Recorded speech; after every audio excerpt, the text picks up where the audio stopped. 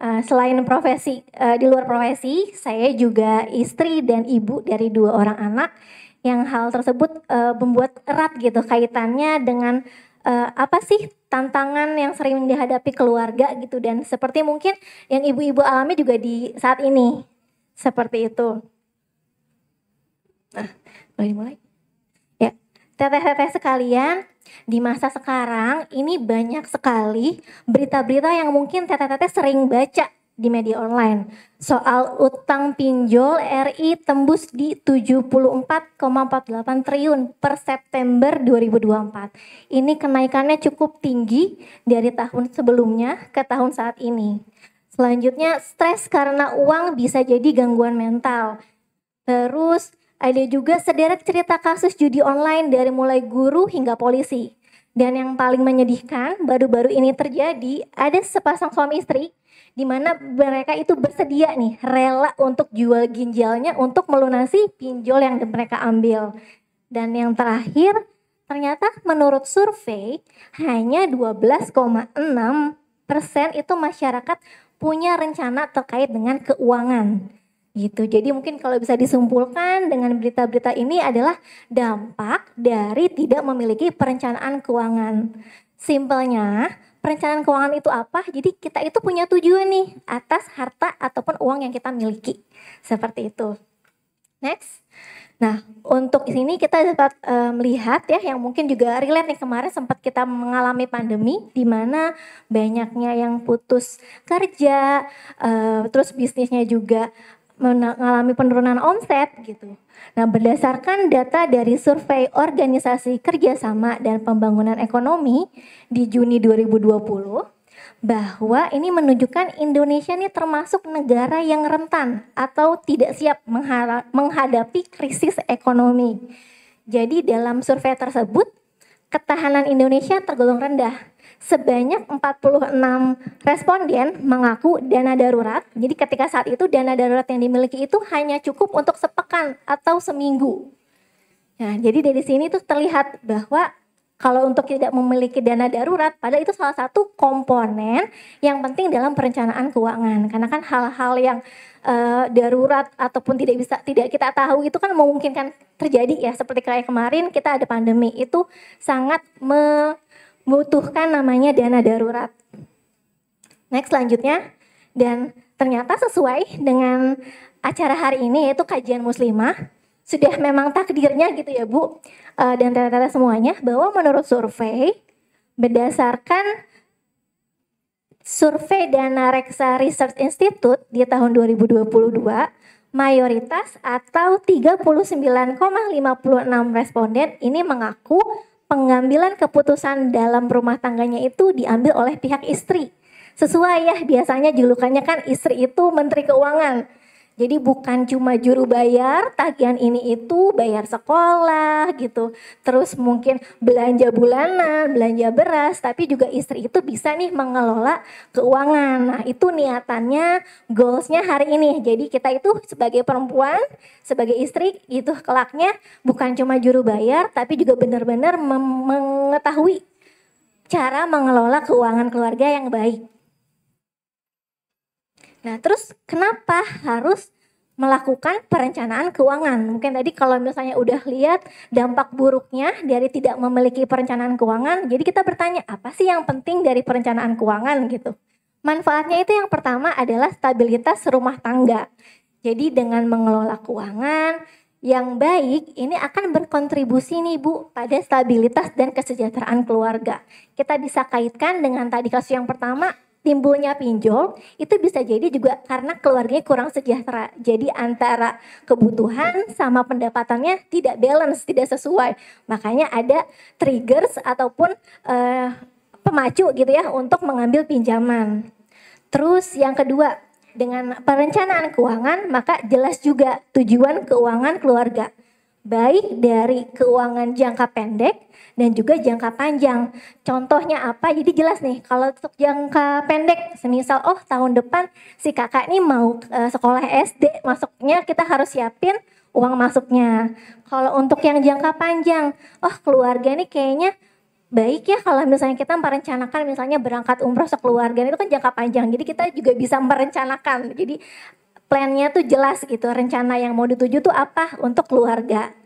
Dan yang ketiga, meningkatkan kesadaran. Nah, kalau istilah kerennya mah mindful. Jadi lebih sadar atas pengeluaran yang kita lakukan, tidak impulsif gitu. Jadi beli itu berdasarkan kebutuhan, bukan karena keinginan. Dan yang terakhir, kebebasan finansial. Kalau ini bukan berarti kita bebas nih beli barang apapun yang kita inginkan, tapi lebih ke membebaskan diri dari kekhawatiran. Jadi istilahnya kalau misalnya tadi, kalau misalnya namanya punya rumah tangga, punya rumah, selalu ada hal-hal yang timbul. Misalnya tiba-tiba atapnya bocor gitu, ibu nggak usah khawatir karena tadi udah disediakan alokasi dana darurat untuk membetulkan misalnya atap yang bocor gitu. Itu lebih kebebasan finansial yang diterima nih sebagai keluarga. Nah, lalu tadi kalau udah tahu kenapanya harus perencanaan keuangan, sekarang bagaimana caranya untuk memulai perencanaan keuangan. Di sini ada step-step ringkasnya, ada 5 step. Yang pertama, penilaian. Jadi penilaian ini membuat inventarisir atas aset, liabilitas gitu ya, dan juga pendapatan. Jadi pencatatannya itu berdasarkan keluarga kita itu punya asetnya apa, misalnya rumah, mobil, itu dicatat nih sebagai penilaian atas aset yang kita miliki. Lalu tahapan kedua untuk merencanakan keuangan itu adalah dengan membuat anggaran. Jadi kan supaya lebih mindful, tidak impulsif, kita perlu adanya target pengeluaran. Jadi mengelola aliran kas keluarga secara efektif. Jadi kita tahu kemana saja sih arus keuangan keluarga kita bermuara gitu. Apakah hanya untuk memenuhi kebutuhan yang sifatnya tersier, primer, atau sekunder. Lalu ketiga, penentuan tujuan. Jadi dalam perencanaan keuangan, tujuan itu penting Bu, supaya tahapannya juga jelas gitu yang mau dituju. Tadi misalnya tujuannya mau mengumpulkan dana pendidikan anak kah? Atau untuk mengumpulkan dana naik haji? Atau misalnya tadi ada yang sempat sebut juga untuk mengumpulkan dana pensiun. Nah itu juga harus dijelaskan tujuan keuangannya itu mau kemana dan apa. Dan yang keempat, strategi investasi. Untuk ini lebih cenderung, lebih spesifik lagi untuk memilih instrumen investasi yang sesuai dengan profil resiko dan juga tujuan keuangan kita. Dan yang terakhir tentu saja ada namanya peninjauan berkala untuk melihat nih apakah rencana yang kita setting di awal itu sudah sesuai belum berjalannya. Jadi kita bisa evaluasi ketika ternyata untuk tujuan yang misalnya dana haji ini masih bisa ditunda nih karena ada yang lebih urgent, misalnya dana pendidikan anak untuk masuk SD. Seperti itu. Next kita ke penjelasan per masing-masing langkah ya Bu. Nah di sini ada penilaian atau financial check up. Nah layaknya kalau misalnya teteh-teteh di sini sakit pasti kan berobat gitu ya ke dokter. Ceritain keluhannya apa supaya dokternya tuh matching nih antara diagnosa sama obatnya. Sama halnya dengan kondisi finansial atau kondisi keuangan. Sebelum kita tahu apa yang harus kita perbaiki, kita lakukan dulu financial check up. Nah, financial check up ini ada toolsnya atau alatnya. Ini bisa dilihat di payung pribadi yang mungkin teteh-teteh awal sudah terima selembarannya gitu ya. Bisa dicek, di download, di dalamnya ada namanya menu financial check up. Fungsinya apa? Jadi untuk financial check up sendiri tadi untuk mengetahui kondisi kita saat ini. Jadi isiannya kita tuliskan misalnya aset yang kita miliki apa, nilainya berapa nilai tabungannya kita, apakah kita memiliki hutang gitu. Itu dimasukkan di menu yang financial check up. Mungkin sambil dicek juga yang tadi sudah di-download ya supaya lebih jelas. Nah di sini di financial check up. Nah kita masukkan data-data tersebut dan nanti akan keluar hasilnya. Apakah kategori keuangan kita saat ini itu ideal? Semuanya sudah sesuai nih. Tabungannya ada, asetnya sehat, terus hutangnya juga hutang sehat, tidak melebihi dari rasio yang ditentukan atau tidak ideal. Oh ternyata dari pendapatan yang kita terima nih mayoritas masuknya itu malah ke pengeluaran yang sifatnya konsumtif. Gak punya tabungan, makanya masuk ke kategori yang tidak ideal. Atau nihil, kalau nihil ini kemungkinan besar ada data-data yang tidak dimasukkan. Seperti itu. Nah, jadi dari tadi penilaian ini kita tahu, oh mana ya yang harus diperbaiki. Tadi misalnya kurang menabung, oh berarti porsian tabungan kita per bulannya harus ditambah. Atau, oh ternyata nilainya kita itu terlalu banyak nih hutangnya. Nah itu mulai diturunkan, mulai dikurangi untuk berhutang. Next, untuk tahapan yang kedua dalam perencanaan keuangan, itu adalah membuat anggaran keluarga yang sehat. Nah, tahapannya kita melakukan pemantauan pengeluaran. Ini mungkin udah sering juga dilakukan ibu-ibu ya. Ibu-ibu kan ahli sejarah, suka mencatat gitu apa aja yang sudah terjadi, apa pengeluaran yang keluar gitu ya. Mulai dari belanja bulanan, bayar SPP anak. Nah, itu ibu catat nih supaya ibu tahu tracknya. Oh, ternyata dalam sebulan ini ibu banyaknya pengeluarannya itu yang berdasarkan tadi belanja-belanja yang gak penting bu gitu. Bukan kebutuhan tapi keinginan. Atau misalnya oh ternyata dalam sebulan ini terlalu nominal kewajiban kita tuh lebih tinggi dibandingkan pendapatan. Jadi itu kita track down dulu, kita list gitu ya pengeluaran kita apa saja supaya kita dapat gambaran jelas porsi anggarannya kita itu berapa saja yang buat kebutuhan, berapa saja yang butuh untuk keinginan, berapa saja yang untuk persiapan tadi tabungan. Nah terus kita tetapkan prioritas. Tadi juga sempat Ustazah sebut kalau harus kita melakukan prioritasasi atas kebutuhan. Jadi apakah kebutuhan yang mendesak, kurang mendesak atau sama sekali tidak mendesak. Jadi penting untuk yang namanya menetapkan prioritas. Kalau di sini kita lebih mengutamakan ke kebutuhan yang sifatnya kebutuhan primer atau yang kebutuhan yang memang tidak bisa digantikan gitu ya, seperti tempat tinggal, dana pendidikan sebelum memenuhi yang namanya keinginan. Dan yang ketiga, mengalokasikan dananya. Jadi dari yang tadi anggaran tersebut kita alokasikan teteh-teteh semuanya. Mana yang masuk ke kebutuhan, mana yang masuk ke tabungan, dan juga mana yang untuk hiburan gitu. Dan terakhir sama evaluasi lagi dari anggaran yang kita buat nih sudah sesuai belum gitu. Pada saat ini realitanya sesuai terjadi. Misalnya oh kebutuhan memang sekian rupiah yang keluar. Oh untuk yang namanya tabungan itu berapa yang keluar, itu dievaluasi. Karena kondisinya itu kan mungkin berbeda ya. Mungkin saat ini tadi kakaknya baru mau masuk SD. Nah tahun depan atau bulan depan kan udah nggak ngomongin uang masuk lagi nih, tapi ngomonginnya SPP-nya. Jadi disesuaikan dengan kondisi keuangan keluarga pada saat itu. Nah dari anggaran yang tadi ini bisa lebih detail teteh-teteh lihat melalui pie chart yang ada di layar. Jadi kita sebutnya metode budgeting. Di mana metode budgeting ini tuh memenuhi 3 komponen kebutuhan hidup. Yang pertama, komponen kebutuhan masa kini. Yang kedua, komponen kebutuhan masa yang akan datang. Dan yang ketiga adalah komponen kebutuhan masa sulit. Nah, jadi kalau untuk komponen yang masa kini itu kita alokasikan ke pos yang living, di mana isinya itu adalah biaya hidup yang sifatnya primer, tidak bisa digantikan dan pemenuhannya itu harus segera, jadi mendesak gitu. Kayak biaya makan kan nggak mungkin ditunda ya Bu, masa sebulan full puasa kan nggak mungkin, cuman karena kita mau misalnya tujuan keuangan kita berangkat haji secepat-cepatnya gitu kan, nggak mungkin, makanya tetap pos living itu selalu ada, di mana ada biaya makan, transportasi, belanja bulanan. Terus di pos living ini bukan cuma tadi biaya kebutuhan hidup saja, tapi ada juga yang namanya kewajiban. Seperti cicilan, SPP anak, dan tadi disebutkan zakat, sedekah itu juga masuk ke pos living. Jangan lupa alokasikannya langsung bisa melalui wakaf Darut Tauhid seperti itu. Dan selanjutnya di pos yang 30% ini adalah pos yang memenuhi komponen kebutuhan masa yang akan datang dan masa sulit.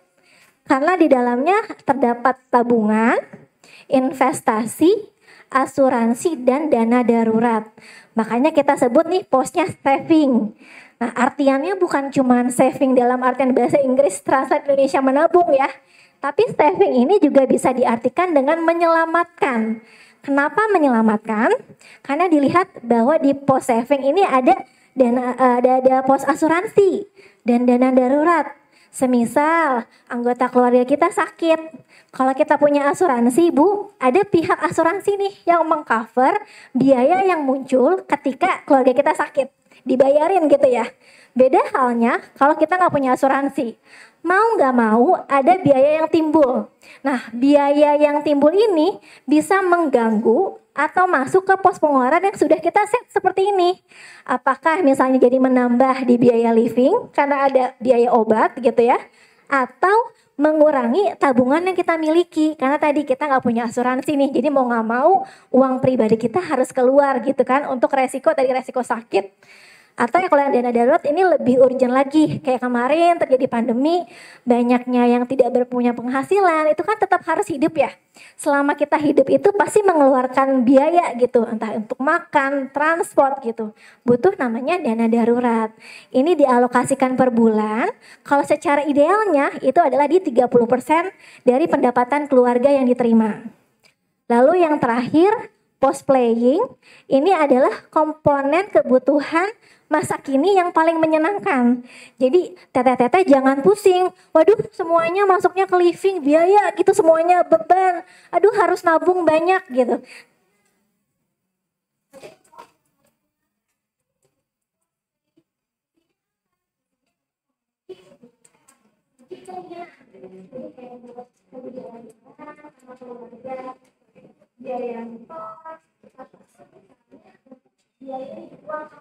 Kalau misalnya dapat undangan hitanan ataupun nikahan, budgetnya dari mana? Ya ini dari pos yang playing tadi. Jadi semuanya sudah dialokasikan. Jangan sampai tercampur. Mana yang biaya hidup, mana yang untuk menabung, mana juga yang untuk senang-senang. Gitu ya Bu. Terus next. Nah, kalau tadi sudah dianggarkan budgetingnya, sekarang kita tentukan nih tujuan keuangan keluarga kita itu apa. Mulai baca dari yang paling bawah ke atas berdasarkan jangka waktu terdekat sampai dengan jangka waktu yang lebih lama. Yang paling dekat itu dengan mempersiapkan tujuan keuangan melalui asuransi. Nah, asuransi ini fungsinya adalah proteksi atas risiko finansial yang mungkin terjadi. Semisal tadi sakit, atau misalnya kita mendapatkan musibah, tadi kecelakaan, kebakaran gitu ya.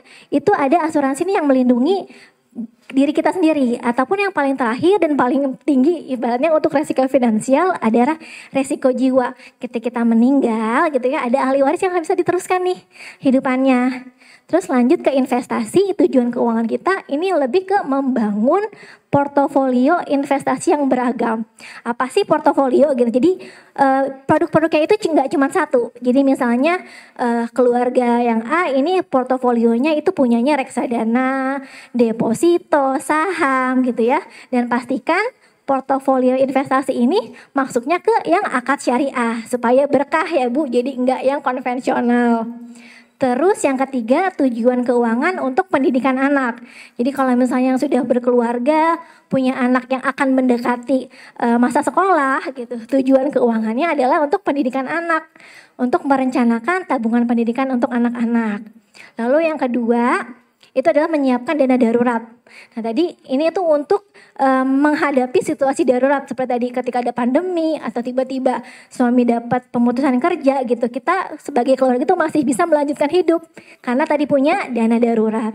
Dan yang terakhir yang paling puncak dalam perencanaan tujuan keuangan yaitu adalah menyiapkan dana pensiun. Jadi ketika usia produktif kan ibaratnya mengumpulkan dana sebanyak mungkin ya Bu, supaya kita itu ketika usia pensiun atau sudah tidak produktif bisa hidup tetap nyaman. Sama standarnya yang misalnya seminggu sekali bisa makan daging, ketika pensiun ya sama gitu, nggak tiba-tiba langsung turun cuma makan tahu tempe. Seperti itu. Nah lanjut. Next. Nah tadi kan sudah mengetahui tujuan keuangannya itu untuk apa. Nah, lebih khusus untuk investasi, ini ada strateginya. Karena investasi sendiri ini kan cukup baru-baru lah yang diketahui ya. Dan ini juga memiliki resiko yang cukup tinggi. Jadi perlu kita ketahui strateginya. Jangan sampai ketika kita mulai investasi, karena kita tidak tahu strateginya, kita malah merugi. Nanti malah yang bukannya senang, malah jadinya trauma gitu. Yang pertama strateginya adalah ketahui profil resiko. Simpelnya untuk profil resiko itu indikator berapa besar gitu ya toleransi TTTT di sini atas kerugian. Apakah konservatif, moderat atau agresif. Kalau konservatif itu bisa diartikan maunya yang aman-aman. Kalaupun misalnya untung sedikit nggak apa-apa, yang penting aman gitu ya, modalnya nggak berkurang. Kalau yang moderat nggak apa-apa deh, rugi sedikit tapi sedikit mungkin gitu untuk dapat untung. Tapi kalau yang agresif ini lebih-lebih nih, dia berani mengambil resiko untuk memaksimalkan keuntungan yang dia inginkan. Itu di profil resiko. Yang kedua, balik lagi menentukan tujuan keuangan TTTT. Karena beda instrumen keuangan atau produk itu menentukan dari tujuan keuangan kita. Apakah tujuan keuangan kita itu masuk di jangka pendek, jangka panjang itu berbeda.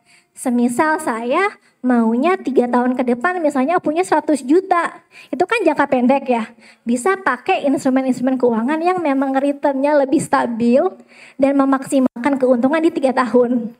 Tapi semisal tujuan keuangan TTT ada yang misalnya lebih jangka panjang nih.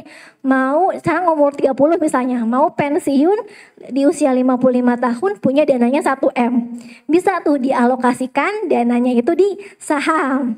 Tentu saham syariah, karena kenapa? Saham itu returnnya tinggi tapi memang membutuhkan waktu yang lebih panjang untuk memaksimalkan return atau keuntungan.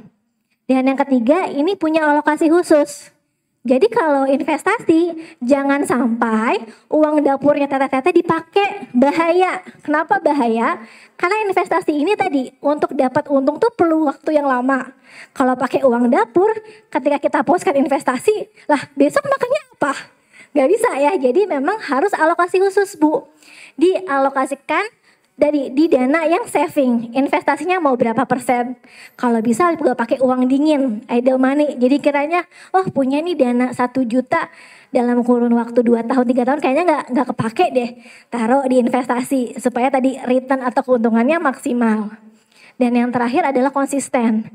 Saat ini inflasi sudah semakin tinggi, kurang lebih di 1,84% inflasi pada saat ini. Jadi untuk investasi itu sangatlah dibutuhkan gitu ya untuk melawan inflasi. Jadi dimulai dari sekarang meskipun kecil, asalkan rutin itu bisa disisihkan per bulan. Karena kalau untuk investasi ini mulai dari 50.000 juga sudah bisa Bu. Asalkan tadi cocok dengan profil resikonya, tujuan keuangannya jelas, jadi pilih instrumennya pun tidak salah. Karena kalau udah salah instrumen, bukannya seneng, malah trauma, jadi nggak mau lagi coba investasi. Next. Nah, tadi kalau udah bahas tahapan-tahapan perencanaan keuangan, lalu sekarang kita bahasnya apa sih yang perlu diperhatikan dalam perencanaan keuangan. Yang pertama komunikasi, tentu saja ya penting. Karena kan kita keluarga nih, bukan cuma sendiri. Ada suami, ada anak gitu ya. Yang kita komunikasikan, bicara terbuka tentang keuangan kita, tujuan dan juga rencana. Nah di sini mungkin siapa yang nggak tahu nominal gaji suaminya? Pasti tahu kan? Nggak mungkin diem-dieman gitu kan, apalagi hubungannya soal keuangan keluarga. Terus kedua, transparansi. Bagikan semua informasi keuangan secara transparan. Jadi kalau misalnya udah tujuan keuangannya jelas, jelasin, oh ini sebulannya kalau kita mau misalnya umroh nih Ramadan tahun depan, kita harus nabung sekian. Jadi nanti untuk biaya-biaya yang lain yang kiranya belum urgent, kita tahan dulu. Kita utamakan sih tadi untuk umroh. Terus kerjasama. Nah kerjasama ini tentu saja melibatkan semua keluarga. Maksudnya kalau misalnya untuk yang suami istri gitu ya, suaminya juga terlibat membuat anggaran dan untuk mencapai tujuan. Dan yang terakhir partisipasi aktif. Libatkan suami dalam membuat keputusan. Jadi ketika misalnya sudah melakukan anggaran, jangan sampai cuma ibu yang hemat. Tapi bapak enggak nyampe tuh Bu. tujuan perencanaan keuangannya nggak jadi-jadi kita berangkat umrohnya gitu ya. Jadi harus ada partisipasi aktif. Nah kalau untuk yang ini itu juga bisa dibantu melalui aplikasi yang tadi saya sebutkan, melalui payung pribadi. Ada namanya fitur urun. Jadi di situ Jadi di situ bisa nih kita melakukan pencatatan secara transparansi, ada kerjasama, apa sih yang kita mau tuju pada saat ini gitu ya. Berapa partisipasi aktif dari si bapak, dari suami, berapa partisipasinya ibu, itu bisa dicatat melalui fitur namanya payung urun. Next, nah setelah kita tahu apa yang harus kita perhatikan dalam perencanaan keuangan, ini juga ada nih poin-poin kesalahan finansial yang harus dihindarin. Supaya apa? Supaya hidupnya lebih tenang. Yang pertama pastinya adalah hidup di atas kemampuan. Ini udah paling jangan ya Bu. Istilahnya BPJS, biaya pas-pasan jiwa sosialita. Ada istilahnya juga yang bilang kalau biaya hidup itu murah, tapi gaya hidup yang mahal. Nah itu jangan. Pastikan kita memang hidup berdasarkan kemampuan kita. Terus yang kedua, tidak mencatat pengeluaran. Ini sering diabaikan, padahal penting. Jadi ibu jangan cuma tulis pengeluarannya, beli cabai, beli apa. Itu aja cuma yang ditulis. Tapi kalau jajan-jajannya nggak ibu tulis, nggak ketahuan ya. Ternyata uangnya banyaknya ke jajan, bukan belanja buat masakan. Dan yang ketiga, hanya fokus pada masa kini. Nah ini juga kaitannya dimana kayak tidak mempersiapkan dana darurat dan tujuan keuangan jangka panjang. Jangan kaget tiba-tiba, aduh tahun depan ternyata kakak sekolah. Terus ujung-ujungnya apa Bu? Mampir ke Pegadaian, gadai emas gitu ya buat biaya masuk. Jangan sampai ya Bu. Terus yang keempat adalah menunda investasi. Tadi dengan tingginya inflasi, contohnya ini deh, kalau misalnya punya, tahu Momogi yang dari awalnya besar jadi kecil, itu tuh contoh real di mana inflasi itu terjadi. Harga sama, cuman isinya lebih sedikit gitu kan. Nah, untuk menunda investasi itu sangat tidak sangat menjadi salah satu kesalahan finansial. Dengan kayak mengandalkan tabungan biasa itu juga tanpa memanfaatkan instrumen investasi untuk melawan inflasi. Karena kalau taruh di tabungan kemungkinan besar kegerus sama inflasi, kepotong biaya admin gitu ya. Lebih baik dimulai untuk berinvestasi. Nah, terus kalau dari semuanya bisa disimpulkan, tips dalam perencanaan keuangan itu yang pertama adalah disiplin. Jadi tadi kan sudah dibuat anggarannya, udah dicatat bagus nih Bu, berapa post savingnya, berapa post livingnya, berapa post playingnya. Nah selanjutnya adalah disiplin dalam menerapkannya. Jadi Ibu teratur dalam melakukan pengeluaran, jadi sesuai dengan anggaran yang sudah Ibu tentukan. Terus yang kedua, gunakan rekening terpisah. Jadi kan tadi kalau kembali di budgeting, itu kan ada 3 tuh, post saving, post living sama post playing. Kalau untuk post yang living, biaya kehidupan, Ibu bisa gunakan rekening payroll nih, rekening operasional yang biasanya buat bayar-bayar tagihan listrik, tagihan air, internet, SPP anak sekolah. Nah itu gunakanlah satu rekening khusus untuk biaya hidup atau pos yang living. Nah selanjutnya untuk yang saving, Ibu pisahkan ke rekening yang lain. Boleh beda bank atau cuma beda rekening, itu gak masalah. Yang penting dipisahkan. Supaya apa? Supaya gak terganggu nih Bu, Ibu gak gatel, masih ada nih uangnya segini pakai buat jajan gitu. Masih ada nih segini, kita beli baju aja yuk anak-anak gitu. Jangan, jadi kalau udah buat niatnya nabung, pisahkan rekeningnya. Kalau bisa, rekening yang gak punya m-banking. Jadi kalau Ibu mau keluarin itu tuh repot gitu. Harus ke bank dulu, gak jadilah, udah repot, mendingan udah disimpan aja ke tabungan. Dan yang terakhir tadi untuk pos yang playing, Ibu bisa pakai digital wallet Bu, yang e-wallet. Mungkin kayak yang warna orange gitu ya, yang warna ungu, warna biru gitu.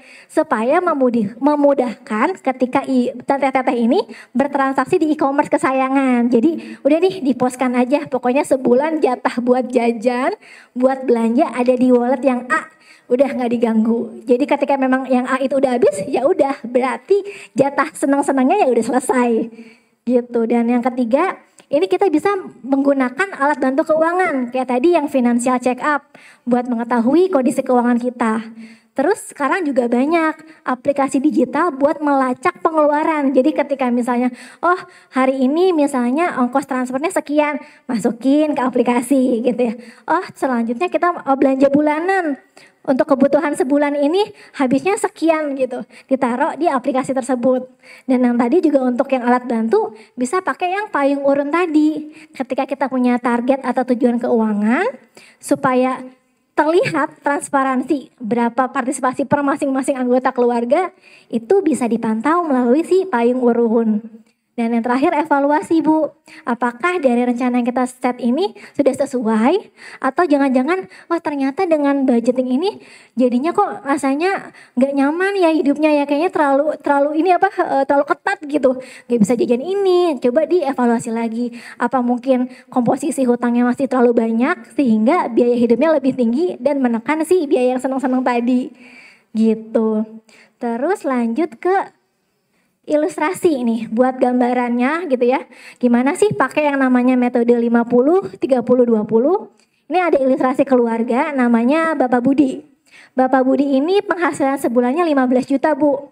Hidupnya dengan satu istri dan satu anak yang usianya sekolah dasar. Nah, beliau ini punya kewajiban. Ada cicilan KPR senilai 2,5 juta dan biaya sekolah anaknya itu di 700.000 per bulan. Nah, dengan menggunakan metode 50, 30, 20 untuk pos yang living, kebutuhan hidup, untuk pos yang tabungan 30% dan untuk yang keinginan di 20%, ini sudah digambarkan. Jadi kalau di kebutuhan pokoknya yang tadi kan isinya itu adalah kebutuhan primer sama kewajiban. Jadi ya biaya cicilan KPR-nya masuk di situ. Biaya sekolahnya juga masuk sama tagihan-tagihan listrik dan transport, dan juga jangan lupa belanja bulanan ya untuk uang dapurnya juga sudah dialokasikan sebesar 2,8 juta nih per bulan. Jadi selama sebulan kebutuhan pokoknya keluarga Pak Budi ini di 7,5 juta. Ternyata besar gitu ya Bu ya. Kalau dilihat kenapa tadi masih ada komponen cicilan Bu.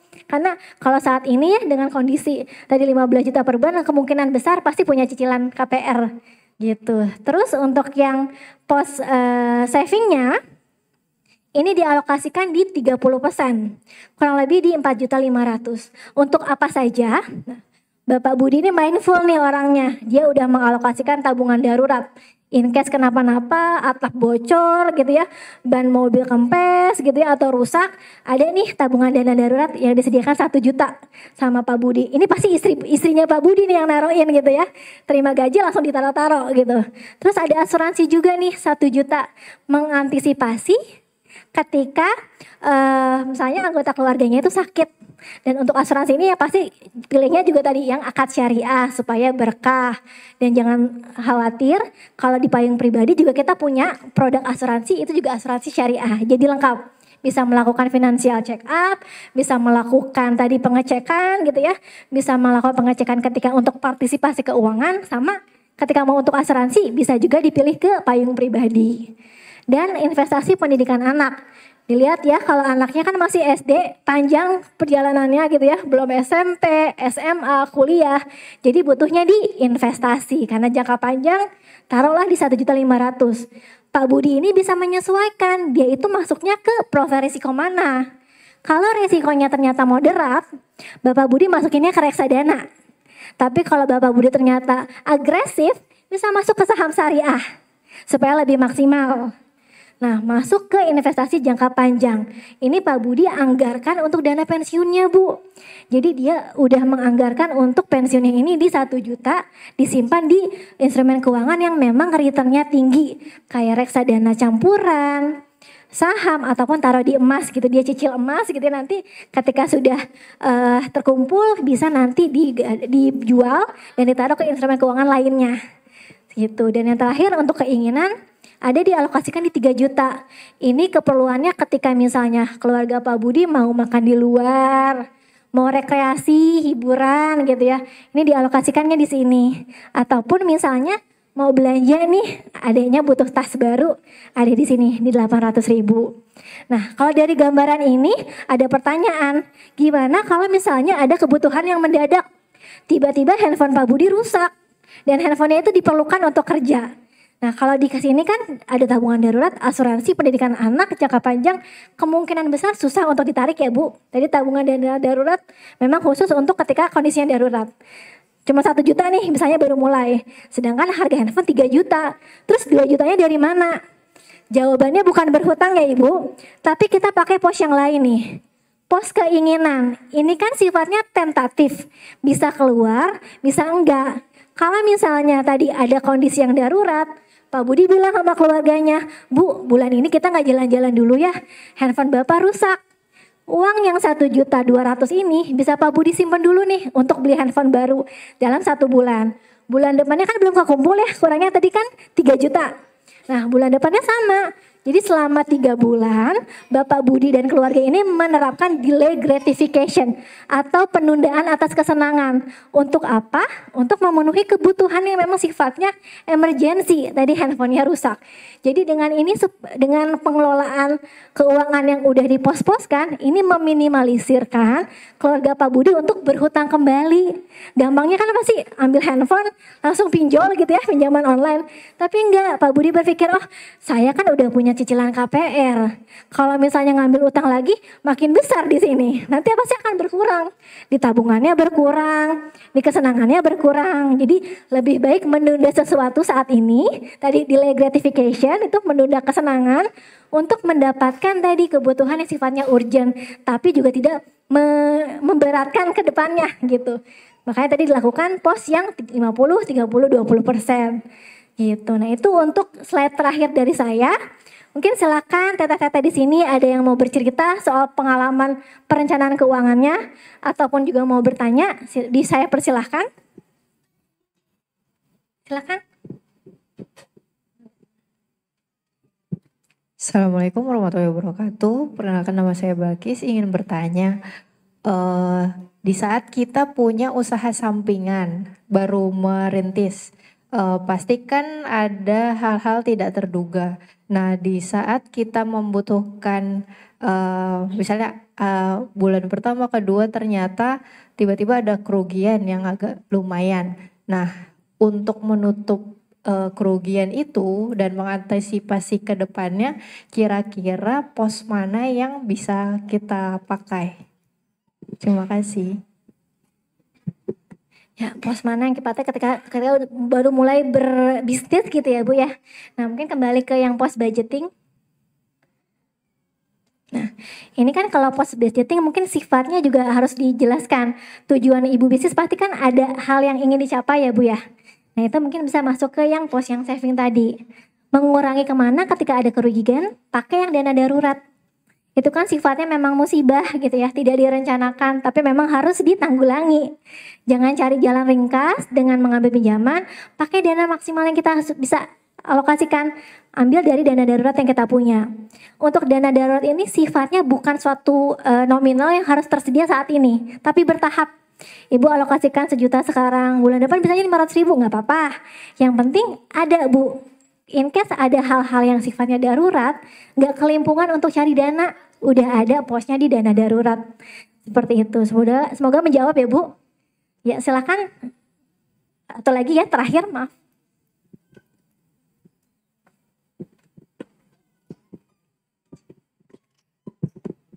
Assalamualaikum warahmatullahi wabarakatuh. Saya ingin menanyakan terkait dana darurat. Nah, untuk pembagian saving ini kan ada 4 poin tuh.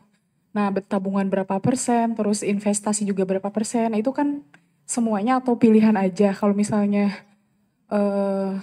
semuanya ataupun pilihan dana darurat itu berapa persen dari tabungan. Karena kan kita nggak tahu ya ke depannya kayak gimana. Kadang kalau misalnya ada pengeluaran itu jadinya tuh ngambil ke tabungan. Terima kasih.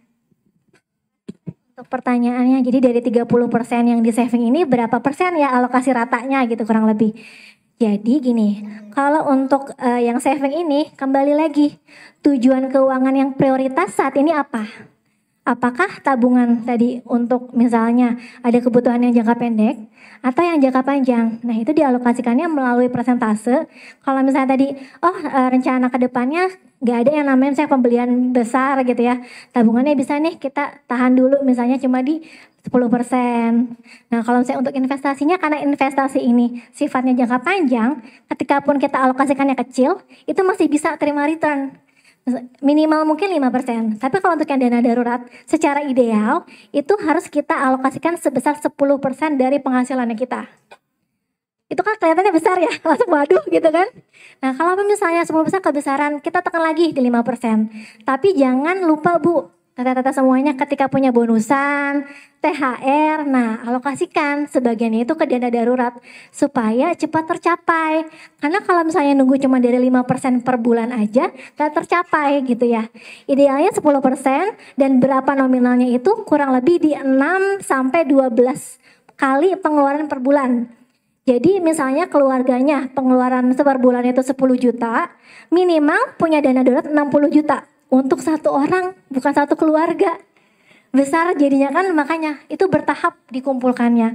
Minimal tadi 10%, kalau kiranya berat turun ke 5%. Masih berat nih gitu ya, turun lagi ke 3%. Tapi ingat ketika punya tambahan penghasilan, mulai dari misalnya bonusan, THR jangan dihabisin semua Bu. Taruh di dana darurat. Karena sifatnya kalau yang bonusan THR itu sebetulnya kan budgetingnya udah jelas ya. Berapa sih biaya hidupnya? Berapa sih harus ditabung? Berapa yang untuk senang-senang? Nah ketika THR banyaknya masuknya ke sini nih. Playing gitu ya. Beli hampers, baju baru, ongkos buat mudik gitu. Yang ininya lupa. Padahal yang ini tuh sebenarnya digaji juga bisa kan ya. Uang ini, uang gajinya bisa masuk ke sini juga. Uang savingnya tetap ada karena kan tetap dapat gaji. Nah si THR itu tambahan. Oh kalaupun misalnya mau melebihkan di post playing boleh. Tapi jangan semuanya. Alokasikanlah ke part-part atau porsi-porsi yang memang urgent. Yang tadi kelak kita tuh pikirannya ke depan. Gak cuma masa kini. Jadi taruh di yang post saving untuk dana darurat. Iya, tadi udah panitianya udah stop. Saya mungkin tutup untuk materi hari ini sharingnya. Jadi mungkin slide terakhir boleh dibantu.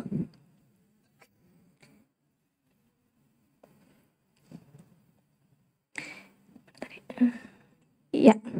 Nah, akhir kata dari saya gitu ya. Meskipun harta atau uang itu titipan, baiknya itu kita itu mengelola titipan tersebut dengan baik guna menjadi manfaat untuk diri sendiri, orang lain dan juga lingkungan. Penutup sebuah ayat dari Quran surat Al-Furqan ayat 67, dan orang-orang yang apabila membelanjakan harta mereka tidak berlebihan dan tidak pula kikir, dan adalah pembelanjaan itu di tengah-tengah antara yang demikian. Semoga kita termasuk orang-orang yang disebutkan dalam ayat tersebut ya, tata-tata semuanya di sini. Supaya, amin, betul. Semoga apa yang saya bagi hari ini menjadi langkah awal nih untuk menuju keuangan yang lebih baik, hidup yang lebih tenang, dan masa depan yang lebih cerah. Karena Buka tadi udah pakai pantun, saya tetap pakai pantun lagi ya Bu. Punten diizinkan ya. Kewajiban sholat untuk miskin dan kaya harus dilaksanakan dengan patuh. Terima kasih telah mendengarkan sharing dari saya. Akhir kata, wassalamualaikum warahmatullahi wabarakatuh. Boleh kasih tepuk tangan sekali lagi untuk narasumber kita, Mbak Verina. Terima kasih sudah memberikan ilmunya tentang keuangan terencana hidup tenang. Saya mau sapa dulu semangatnya ibu-ibu dan teteh semuanya. Kalau saya bilang Bu, teh, ya gitu boleh dijawab ya. Terus kalau misalnya saya bilang mau door prize, mau dong gitu ya. Kita tes ya. Teh, mau door prize? Kurang semangat, berarti door prize-nya saya kasih 50%. Teh, mau door prize? Oke, sudah download aplikasi payungnya? Sudah. Menurut data dari statistik Masjid Darut Tauhid Jakarta baru terdata 15 orang. Wah, coba yang belum download cek di App Store-nya atau di Android Store-nya ya, dicek aplikasi payung. Ini door prize ada permainnya di sana. Dan sebelum kita ketahui permainan apa atau door prize apa yang akan didapatkan? Kita akan dengarkan dulu ya. Salah satu fitur yang ada di aplikasi Payung Pribadi. Dan ini akan disampaikan oleh Mbak Riana Mahilda selaku tim pengembangan dari aplikasi Payung Pribadi. Kepada Mbak Riana dipersilakan.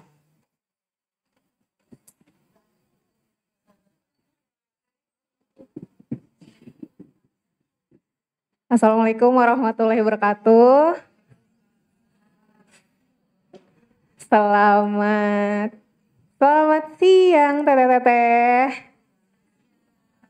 Oke, kalau tadi Teh Ferin buka udah pakai pantun ya, aku jadi kehabisan pantun nih. Oke, perkenalkan di sini aku Riana Mahilda. Teteh dan ibu-ibu boleh panggil aku Riana. Di sini aku berdiri sebagai tim payung, khususnya sebagai tim pengembangan produk payung pribadi, yang selanjutnya ini salah satu fiturnya akan aku jelaskan ke teteh-teteh dan ibu-ibu sekalian. Oke, tadi Teh Hana udah sempet ini ya, kayak intro kalau misalnya di payung pribadi itu ada fitur, salah satu fitur itu namanya fitur urun. Nah, urun ini apa sih?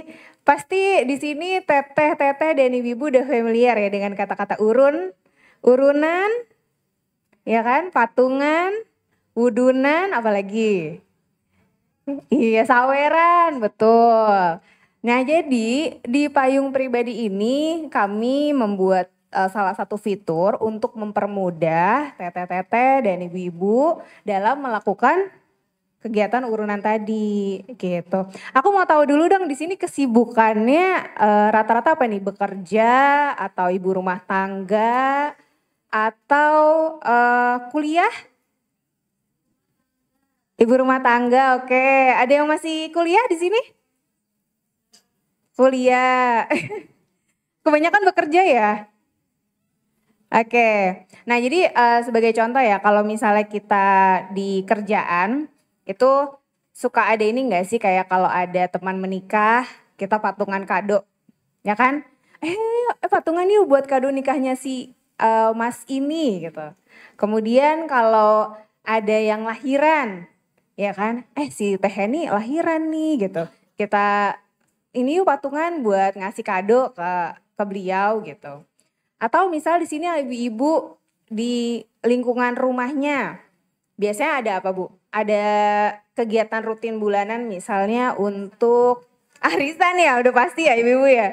Arisan atau misalnya kalau misalnya di RT ya, kalau di aku tuh ada sumbangan untuk siskamling, untuk donasi kematian ya, untuk uang kebersihan gitu. Nah, sebenarnya banyak banget contoh urunan yang bisa bisa teman-teman gunakan di sini, ibu-ibu dan teteh-teteh melalui fitur urun ini. Oke, gue jelaskan ya. Nah, jadi fitur urun ini insya Allah bisa memudahkan untuk mengelola urunan bersama gitu. Bersama siapa nih? Dari komunitas terkecil. Jadi contohnya dari keluarga, dari lingkungan pertemanan, grup, organisasi, atau komunitas. Nah, di urun ini bisa ngapain aja sih gitu. Yang pertama itu bisa melakukan pencatatan transaksi. Jadi kalau yang sebelumnya by WhatsApp ya biasanya koordinasi. Dong kumpulin gitu ya. Nih patungan segini ya 100.000 misalnya untuk tadi kadonya Mas Edo gitu. Terus dikumpulin WhatsApp, udah aku transfer ya gitu. Nah, dengan fitur ini jadi langsung via aplikasi aja ngonfirmasi pembayarannya gitu. Jadi dari sisi kita yang berpartisipasi itu menjadi lebih mudah. Kemudian dari sisi bendahara yang mengelolanya, mengonfirmasinya pun menjadi lebih ringkas, lebih cepat juga. Kemudian nih kalau yang suka lupa, biasanya yang suka ngeluh ini biasanya yang menjadi bendahara nih atau menjadi koordinator urun. Aduh susah nih nagihin urunannya ke si A atau ke si B gitu. Atau dia berdalih terus gitu. Gimana ya caranya gitu, gak enak nih gitu. Nah di urun, di payung pribadi itu juga ada pengingat bayar urunan. gitu. Jadi nanti tinggal setting aja tuh, misalnya janjian urunannya kita paling telat bayar tanggal 1 ya, maka H-3 dari tanggal 1 sama H+3 sistem akan otomatis memberikan reminder tuh di aplikasi push notifikasi ya, gitu, ke semua peserta urunan. Dan kemudian pengelolaan kas bersama. Jadi tenang aja kalau nanti ada adminnya sibuk nih nggak sempet untuk ngecek-ngecekin di aplikasi gitu ya. Untuk mengonfirmasi pembayarannya ada pengelolaan kas bersama, jadi bisa berbagi peran. Jadi assign deh misalnya, contoh tadi Teh Balkis mau dong aku bantuin aku ya jadi bendahara di urunan untuk tabungan kurban di 2025 gitu. Nanti aku untuk jadi bendahara di urunan yang lain gitu, itu bisa. Oke, lanjut. Nah, ini fitur urunan ini gratis ya, jadi tidak dipungut biaya apapun, nggak ada gimmick, nggak ada biaya berlangganan. Jadi silakan ibu-ibu, teteh-teteh setelah download boleh langsung pakai fiturnya. Jadi nggak ada tuh ntar yang di ujungnya, kita mau pakai gitu ya, udah mau manfaatin ini terus ada biayanya, nah itu nggak ada. Kemudian menjadi lebih gampang mencatat pengumpulan dana, jadi udah nggak perlu lagi spreadsheet. Atau misalnya ada yang mau tanya nih, misalnya ke bendahara, Teteh mau tahu dong gitu ya, berapa sih dana yang terkumpul per hari ini gitu. Misalnya dia trust issue ya sama yang pemegang dananya ini gitu, takut uangnya dipakai kemana-mana. Nah ini tinggal buka aja. Ada table, ada dashboard halaman keuangannya. Nanti semua peserta yang berpartisipasi itu bisa melihat gitu. Nah ini tadi ya reminder otomatis, jadi meminimalisir. Jadi insya Allah ini sebagai ikhtiar kita untuk ngingetin gitu. Jadi kan effortnya jadi lebih berkurang ya. Kemudian pencatatan juga jadi transparan gitu. Karena tadi bisa tahu, bisa saling memonitor dan men-tracking juga. Lanjut.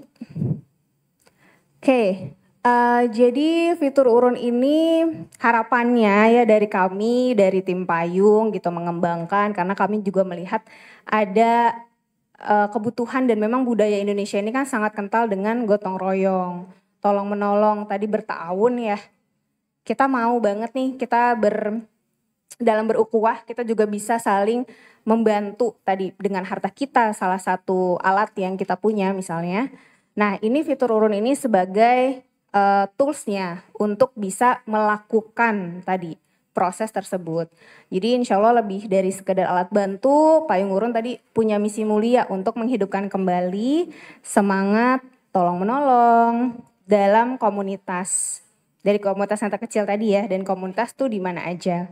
Mau komunitas hobi, komunitas keagamaan, komunitas kuliah, pendidikan, organisasi, nah itu apa aja pokoknya yang ada di circle teman-teman itu boleh pakai urun.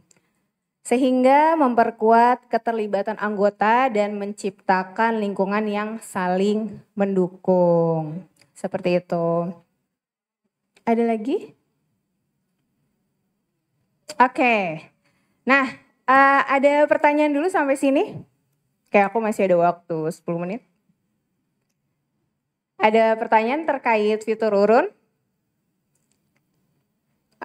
Oke, silakan. Ada Teteh, mau dikasih mic apa enggak sih?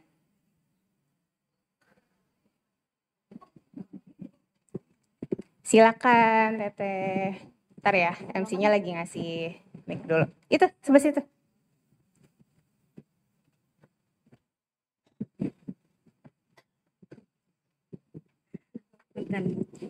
Assalamualaikum Teh.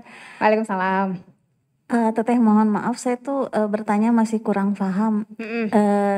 Urun itu kan kesannya seperti mohon maaf, apakah ini seperti asuransi syariah ya kan patungan ya kayak ngumpulin ini, atau lebih ke apa ya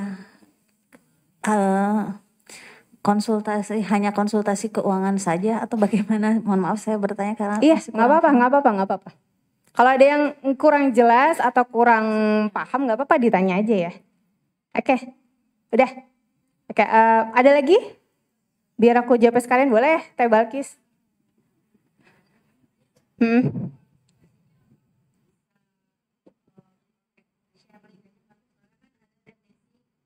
Males banget download aplikasi. Itu apakah kedepannya hubungannya ada hanya via aplikasi ini mungkin perorangan. Oke. Terima kasih. Ada lagi? Oke, sementara aku jawab. Tadi Teh siapa Teh? Deti. Dan? Deti. Oh Denti. Oke, halo Teh Denti. Terima kasih pertanyaannya. Jadi aku jelaskan. Jadi untuk urun ini pertama, ini sekalian disclaimer ya. Ini bukan fundraiser. Jadi berbeda dengan Kita Bisa. Bukan crowdfunding gitu ya. Atau misalnya WeCare ID atau dan sejenisnya. Itu satu. Kemudian tadi bukan asuransi atau bukan sifatnya konsultan. Jadi ini adalah alat untuk pencatatan, pendokumentasian gitu Teh. Kebayang nggak? Jadi misalnya kalau tadi Teh Denti ya, misalnya kalau buat urunan, misalnya Teh Denti jadi bendahara, kan ngerekap tuh ya, ngerekap di Excel gitunya, atau di Google Sheet misalnya. Nah ini udah nggak perlu lagi. Jadi tinggal mengisi-ngisi kolom di aplikasi. Nah nanti aplikasi yang membuatkan sheet-nya, membuatkan laporannya.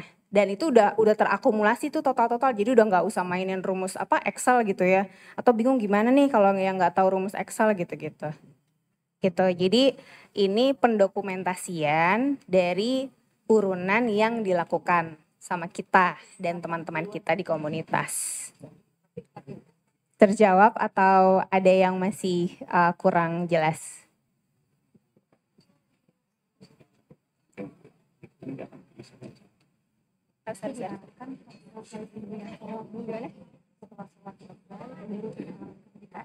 Jadi lebih ke aplikasi yang membantu kita untuk merencanakan keuangan lebih baik gitu. Aman ya? Lebih ke aplikasi gitu ya.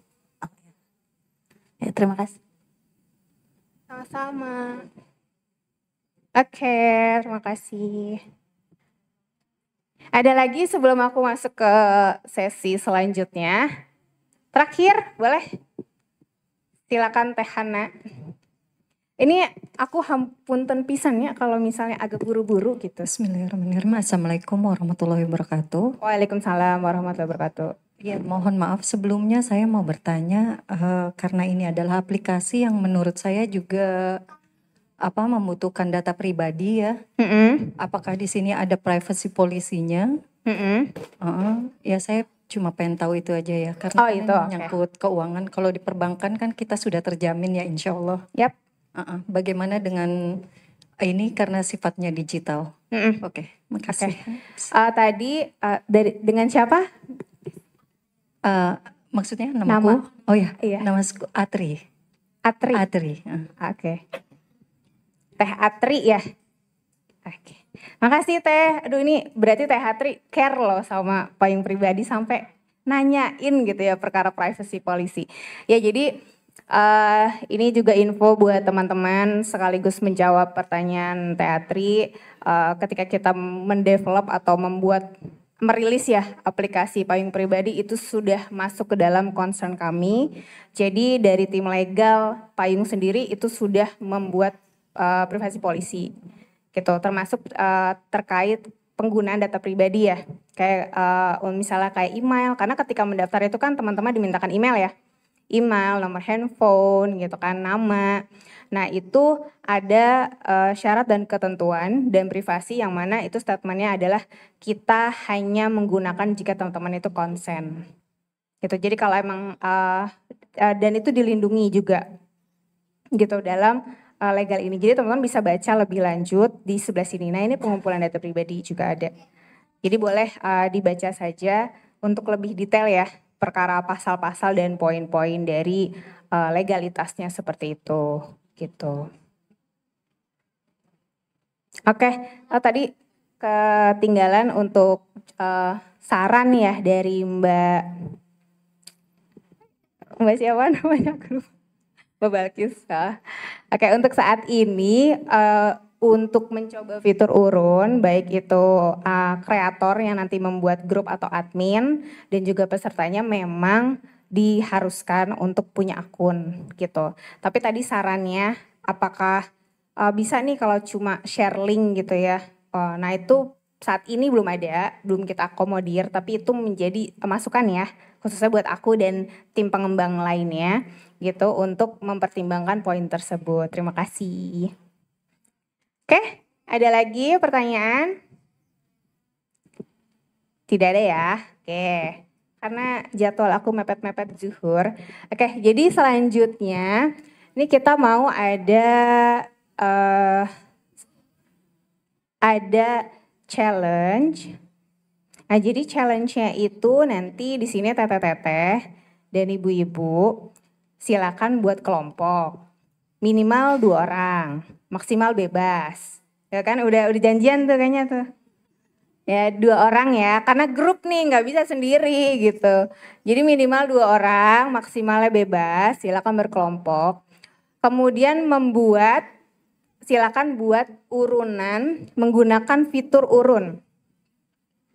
Gitu. Jadi di sini download dulu aplikasinya yang belum download. Ada yang kesulitan download mungkin karena tidak ada paket atau oh itu udah skakmat ya kalau memori penuh ya. Gitu. Jadi nanti setelah mendownload buat akun, aktivasi. Setelah diaktifasi langsung dijajal aja fitur urunnya. Itu nanti coba teteh-teteh dan ibu-ibu nih bikin grup dulu. Nah, bikin grup. Nanti dari setelah bikin grup undang temennya yang dalam satu grup itu ada siapa aja. Nah di sini kakak dari tim payung boleh dibagikan kotak apa tadi petunjuknya. Nah di sini ada Teh Astri yang akan membagikan selebaran kecil yang mana itu ada petunjuk singkat ya, gitu. Petunjuk singkat gimana cara pakai fitur urun. Dan di situ silakan teman-teman dan ibu-ibu tulis nama grupnya, kemudian anggotanya siapa aja dan nomor handphonenya. Nah, itu wajib ditulis ya, karena nanti buat aku dan tim asesor atau tim penilai untuk memilih siapa nih ide-ide yang paling kreatif dan ide-ide yang paling terbaik ya, gitu dalam membuat urunan di payung pribadi gitu. Jadi nanti kalau nggak ada datanya kita juga nggak bisa cross check di database sistem kita ya, gitu. Jadi jangan sampai udah buat urunan tapi nggak tercatat seperti itu.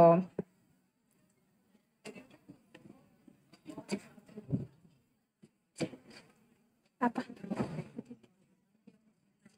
Oke. Boleh barengan sama Teh Riana ya, dibantu Boleh. lagi. Jadi ini ceritanya 2 orang boleh? Boleh. Kalau 5 orang besti-besti boleh? Boleh banget. Maksimalnya berapa? Semakin ramai semakin meriah kan? Semakin ramai semakin meriah. Jadi teteh-teteh dan sahabat muslimah mulai sekarang cari bestinya. Kalau nggak besti ya jadiin besti lah hari ini. Kenalan Nggak apa-apa ya. Boleh kan ya? Benar, boleh kenalan. Tapi kalau masalahnya nggak ada pulsa agak berat nih. Tethering ya? Tethering boleh. Iya, biar Sini sedekah lah ya. ada kakak-kakak dari tim payung yang akan share hotspot nih. Oh boleh? Boleh. Boleh, oke. Jadi yang kesulitan koneksi Internet. jaringan boleh tunjuk tangan aja. Nanti Atau menghubungi kemana nih lebih enak nih? bingung nih, warnanya marun-marun juga Bu, sama kita. Siapa yang ready panitianya nih? Boleh yang di sini siapa yang bisa bantu teteh-tetehnya untuk tethering biar bisa mengikuti games dan door prize-nya ya? Iya.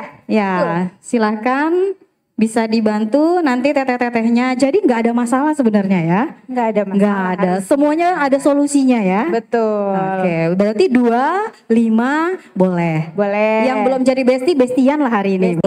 Janjian, kenalan. Oke, Teh Riana sebenarnya door prize-nya hadiahnya apa sih atau rahasia? Aku boleh spill dikit kali ya. Sedikit aja, jangan Iya. banyak-banyak. Biar nanti penasaran. nggak surprise jadinya. Benar. Oke. Jadi untuk door prize-nya itu ada voucher di payung. Jadi kalau tadi teman-teman yang sudah download itu kan ada banyak produk ya. Oke. Nah, nanti salah satu door prize-nya itu adalah voucher e-wallet. E-wallet, Iya. aduh, masya Allah banget. E-wallet ya. itu nanti akan ditentukan oleh tim panitia, tim payungnya. Itu nanti apakah boleh Shopee Pay, boleh Oke. OVO atau GoPay, ya itu. Kategorinya apa tuh? Karena penilaiannya paling tinggi dikasih Shopee Pay atau seperti apa? Boleh tahu? Teteh. Kalau untuk tadi apa sih yang paling tinggi ya? Kalau untuk nilainya Skornya. nanti tim penilai yang tahu. Oke. Tapi kalau untuk idenya nanti akan dipilihkan pertama dari yang memang real cash ya. Jadi contohnya nih Ya, misalnya misalnya nih saya lagi pegang nih yang udah dipegang teteh-teteh sama bunda. Di sini paling atas di kertas yang dipegang ya ada nama grup urun. Ini apa misalnya? Oke, contoh. Mangga Contoh atau ya, apa nih? aku ngajak Contoh. nih, Benar. Teh Hana, Kita kita berdua. donasi buat Palestina yuk. Boleh, tapi kita kasih nama grupnya apa nih? Karena kita kenalan dan kayaknya kita nanti akan sering ketemu ya terus-terusan. Boleh aja kita duo gitu ya. Duo. Bandnya duo gitu Oke, namanya. duo. Nama grupnya. Kalau nama-nama buah, nama jalan gitu boleh nggak? Boleh banget. Semakin menarik itu semakin penilaian terbaik Iya, gitu ya. tapi yang pasti jangan cuma menarik ya, harus ada maknanya. Oh, misalnya kasih gambaran lagi. Misalnya yang contohnya sudah pernah ada.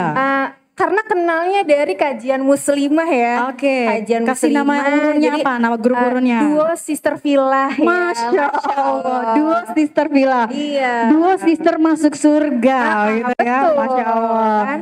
Duo jomblo Jadi nggak boleh. gitu. Duo jomblo nggak boleh. Jomblo visabilillah. Bisa bilila ditambahin. Tetap harus dapat pahalanya. Iya, ya? betul. Harus. Oke, terus di sebelah kiri ini ada nama anggota maksimal 6. Berarti kalau misalnya di sini ada Teh Riana nomor 1, nomor handphonenya Teh Riana. Iya, Nomor betul. 2 namanya Hana, nomor handphonenya nomor handphone Hana. Betul. Begitu ya. Di situ. Begitu seterusnya. Kalau Dan seterusnya.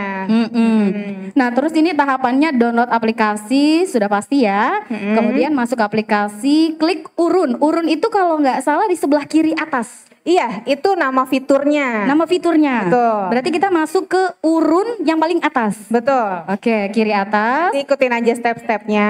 Ada keterangan klik buat grup. Betul. Buat Ada grup buat ada di grup. dashboardnya. Terus klik undang anggota. Yap. Undang anggota, pilih salah satu temanmu. Oke. 7 orang boleh. Oke, sudah ya, sudah berkumpul.